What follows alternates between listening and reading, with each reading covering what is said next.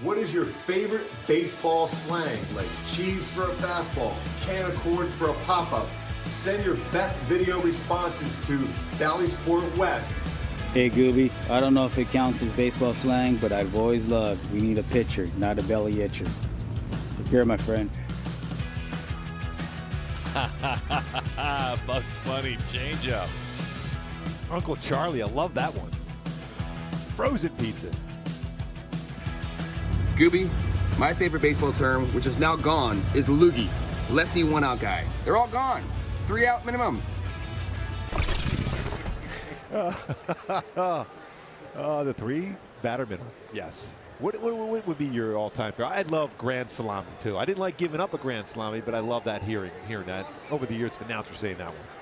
Yeah, that's an outstanding one. Definitely a grand salami is a big one. I think for me it's tomato can. I think a player that's struggling. You do love that one. I really do.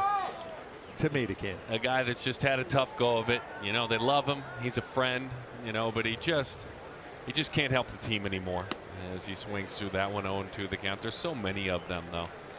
Jose Mota, what's your favorite little slang or baseball term? The one I heard the most against me was, "Hey, Punch and Judy." Punch and Judy. Those hitters that Gooby just really loved. I hated those. He dumped it right over the infield. And I was a really happy camper. Hey, by the way, Jose, for our very, very, very casual baseball fan, give a quick definition of a hitter who's a Punch and Judy. He used a label when they used the barrel. And he just happened to find hits where there's nobody there. There's 3 guys chasing pop-ups, bloopers, and the other expression is, you're hitting the ball with a wet newspaper. Bobbled, if only for a moment. Now turned into an out by Hernandez. In other words, in modern terms, your exit velo is about 65. Okay. That's what it means. I gotcha. We weren't afraid to scream out from the dugout, "Hey, you using the USA Today to be up there at the plate?" No, the Wall Street Journal. It's a little thicker. Hey, all of our younger viewers, maybe go grab your smartphone and you can Google, you can look up what a newspaper is.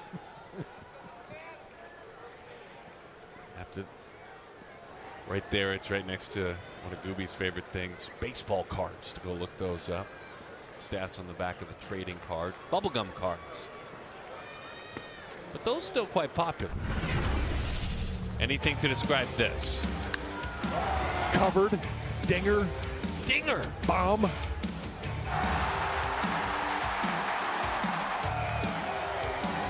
A little Apo Taco. Good one.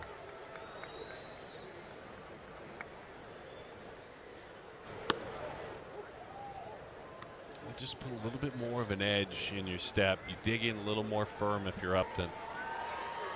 Confidence meter goes up a little bit.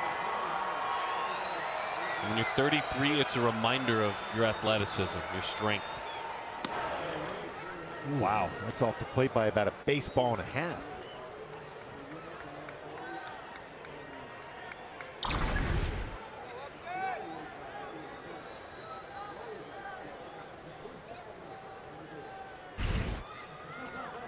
If you're Zach, why don't you go right back out there? Very least try a slider out there. He did. That's exactly what he did. I mean, as a hitter, because you get that pitch call, you think, okay, I got to protect the outside corner.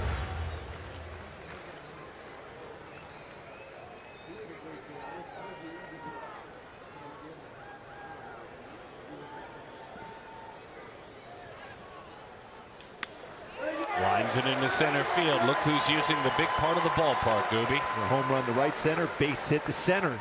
Good to see that from Justin Upton.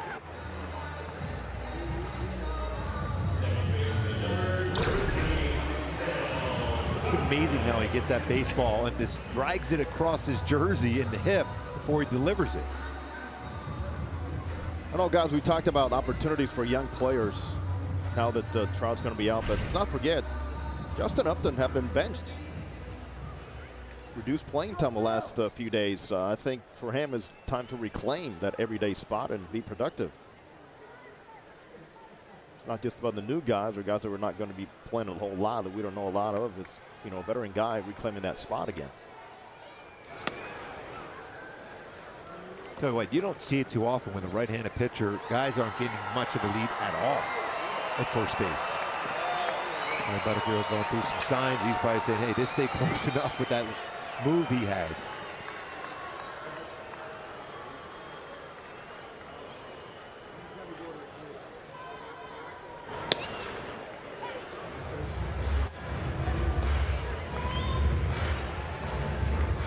Knocking on the door of 80 pitches, Zach Plesac. Even a hit and run's not easy to put on against him.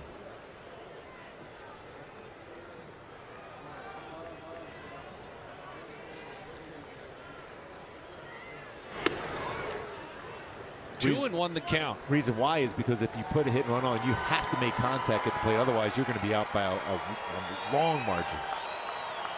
And you know what he's seen this year? A big spike. And his manager knows it. The defense knows it behind him. A big spike in ground balls. And about 10% above his career average and 10% above the league average.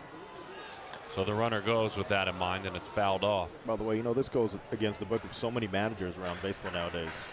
Hit and run, down by a run, not the fastest of guys out there. So I do like that Joe Maddon has to get more creative, and he's not afraid to do this. Trying to find holes.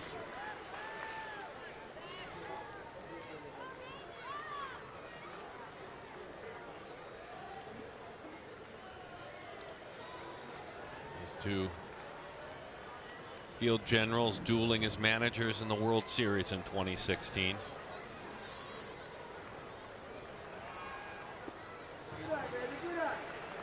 Well, Hedge is so smooth behind the plate. That ball's in the dirt, and he just scooped that like it was nothing.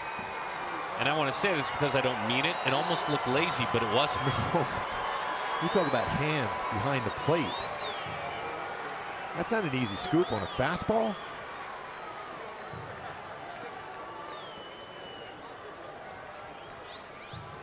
You take a chance here and go.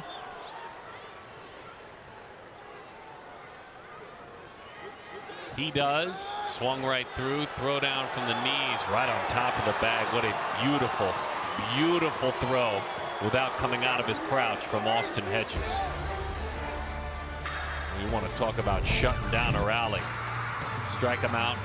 Throw him out. Wow. It was like Benito Santiago.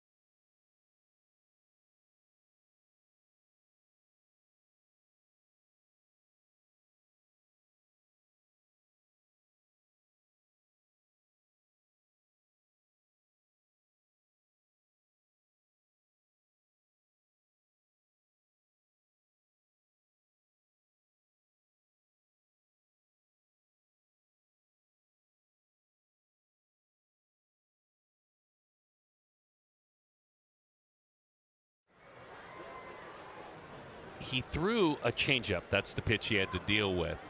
His pop time was just over 2 seconds. That's very good. He never came out of his crouch, Gooby, and he threw it 76 miles an hour. I mean, it's how quick he got rid of it. It's how difficult it is to steal against Plesac. Right on the money as the slide from Upton, because Upton got a pretty good jump and he was going fast. In-game sub-2 pop times are rare. Major League average is right at an even 2. Pop time, obviously, from the time it pops that catcher's mitt until it is in the glove of the man tagging at second base. Think about that, right? Simplify the game, how fast the game can go. Touching the catcher's mitt, touching the defender's mitt, 2 seconds.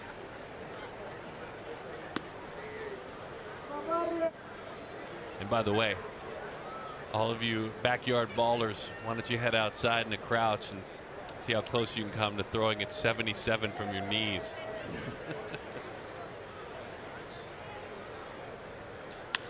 Well, we're glad we're saying it. This diving play from Walsh, little flip, not in time. We're glad we're seeing the second time through the order now for Barria, how effective he has been. That's the first hit he has allowed. Great effort by Walsh. Showing that range. And clearly beat it out. Tough to get a lot on that feed as you're trying to lead Barria to the bag.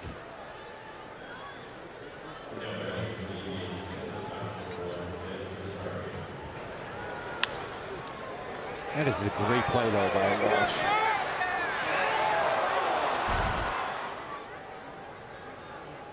Up the line, 4-2-3 coming out of the batter's box. 90th percentile with that number, flying. You scouts out there, you raised an eyebrow when I threw that number at you.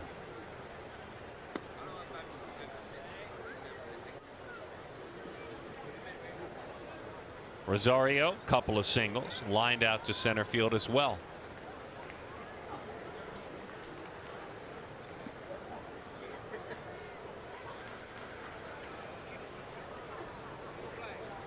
Ahmed coming over in that big Lindor deal over the wintertime.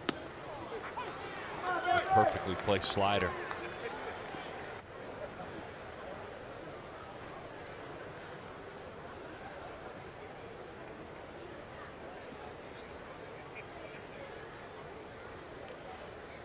Alex Claudio getting loose.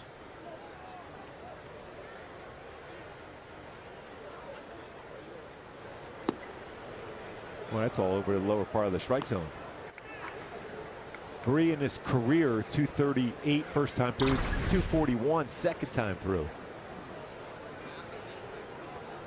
It's one of those ones as a catcher, ideally you want to keep that frame. They look like Gutierrez took that a little bit out of the strike zone, made it more difficult to call it a strike.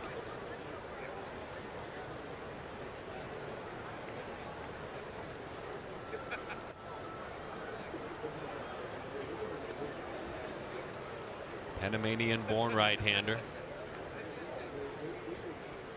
Roman Acumarez, the scout that found Barria back in 2013, and a sub-6-figure signing bonus. As Jose mentioned a couple of years back, leading this team in wins.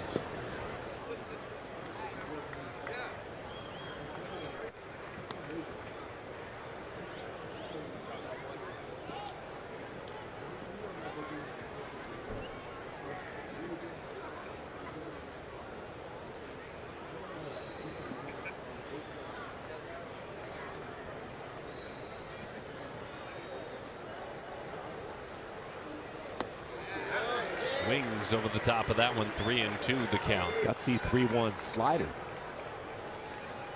Actually throwing more sliders than fastballs this year. Percentage wise, 47